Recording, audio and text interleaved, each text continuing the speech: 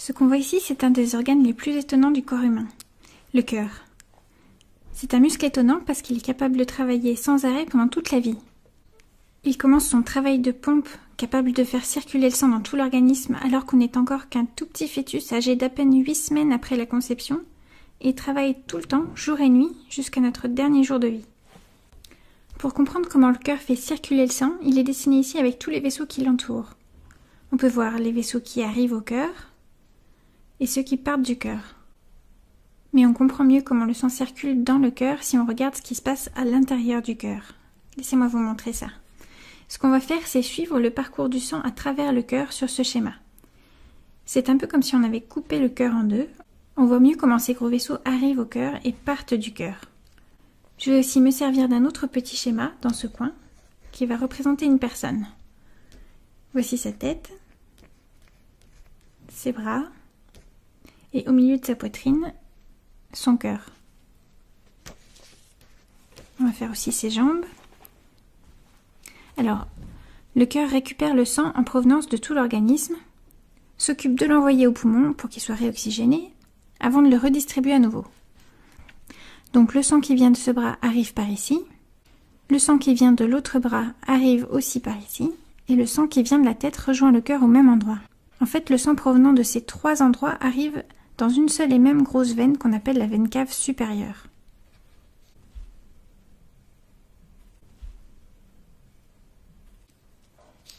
De l'autre côté, le sang en provenance des jambes et du ventre arrive au cœur par une autre grosse veine commune qu'on appelle la veine cave inférieure, logiquement. Donc ça, c'est la façon dont le sang va vers le cœur en provenance de tout l'organisme. Il se retrouve ici dans ce qu'on appelle l'oreillette droite. On l'appelle oreillette parce que les premières personnes qui l'ont décrite ont dû trouver que ça ressemblait à une petite oreille, avec beaucoup d'imagination. Sinon, on peut aussi l'appeler atrium droit. C'est du latin, mais c'est peut-être plus simple pour s'en rappeler parce que ça veut dire cour intérieure en latin. C'est un peu l'équivalent d'un hall d'entrée. Donc l'atrium, c'est comme si c'était le hall d'entrée du cœur, là où arrive le sang. Où va-t-il ensuite? Eh bien, il descend dans cette deuxième pièce ou chambre du cœur qu'on appelle le ventricule droit. Ventricule, c'est pareil, c'est un peu imagé comme nom. Comme c'est une partie un peu bombée du cœur, les premières personnes qui l'ont décrite ont dû trouver que ça ressemblait à un petit ventre et l'ont appelé comme ça, ventricule.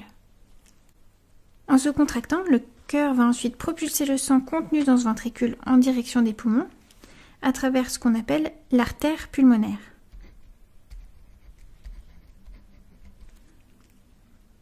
Au niveau des poumons, le sang est débarrassé de son CO2 en excès, rechargé en oxygène, puis revient vers le cœur par ces vaisseaux qu'on appelle les veines pulmonaires.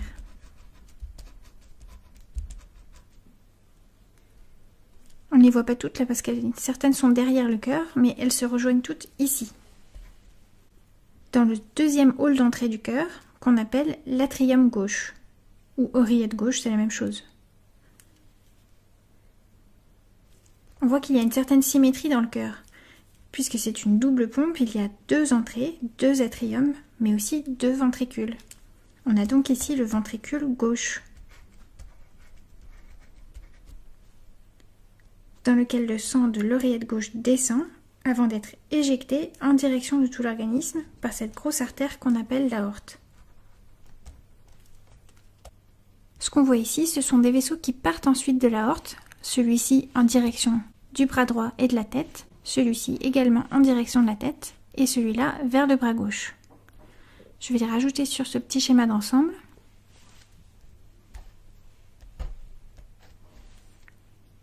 Et pour le reste de l'organisme, eh bien ce qu'on voit ici, c'est juste le départ de l'aorte. Le début, c'est ce qu'on appelle la crosse aortique.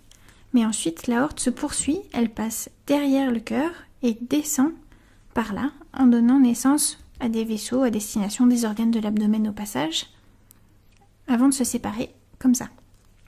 C'est une version schématisée du réseau des artères et des veines de l'organisme, mais c'est à peu près ça.